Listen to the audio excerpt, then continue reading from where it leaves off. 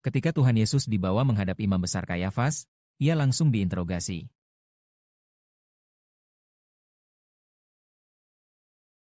Imam besar ini melayani Allah. Imam besar paling berkuasa. Yang paling dekat dengan Allah disebut imam besar. Imam besar malah mengadili anak Allah. Mari lihat cara imam besar menginterogasi. Dia berkata, begitu kataku pada imam besar. Aku selalu berbicara secara terbuka kepada orang banyak. Aku sering mengajar di sinagoge dan bait suci, yaitu semua tempat berkumpulnya orang Yahudi kukajari. Aku tidak pernah berbicara secara tersembunyi. Kenapa kamu menanya aku? Tanyakan pada mereka yang pernah mendengar aku berbicara saja. Mereka tahu apa yang aku katakan. Saat itu berdiri di samping Tuhan Yesus ada seorang yang berbeda. Ia menampar mukanya Tuhan. Menampar Tuhan sekali. Lalu berkata seperti ini. Bagaimana kamu berani menjawab imam besar seperti itu? Mereka memukul Tuhan. Memperlakukan Tuhan seperti penjahat. Tidak memperlakukan Tuhan kita sebagai anak Allah. Lalu Tuhan menjawab, jika aku salah, kamu bisa tunjukkan apa salahku.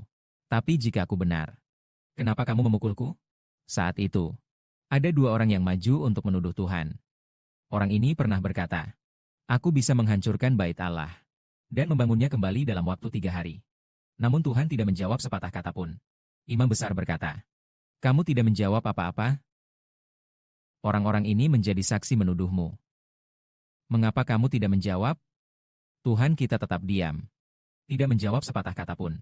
Imam besar berkata lagi, aku menyuruhmu demi Allah yang hidup, bersumpahlah padaku dan beritahu kami. Apakah kamu anak Allah? Kristus bukanlah. Yesus berkata kepadanya, ya, aku adalah, tetapi aku berkata kepadamu. Mulai sekarang, kamu akan melihat anak manusia di sebelah kanan yang maha kuasa. Datang di awan langit untuk menghakimi dunia setan ini.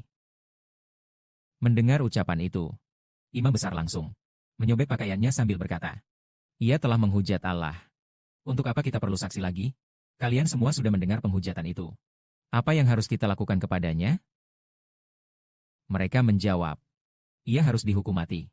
Lalu mereka meludah ke muka Tuhan, memukul Tuhan dengan tinju, dan menampar wajah Tuhan lagi. Berkata, engkau Mesias. Jika engkau nabi, beritahu kami siapa yang memukulmu. Saudara, lihat Yesus dihina di hadapan imam besar.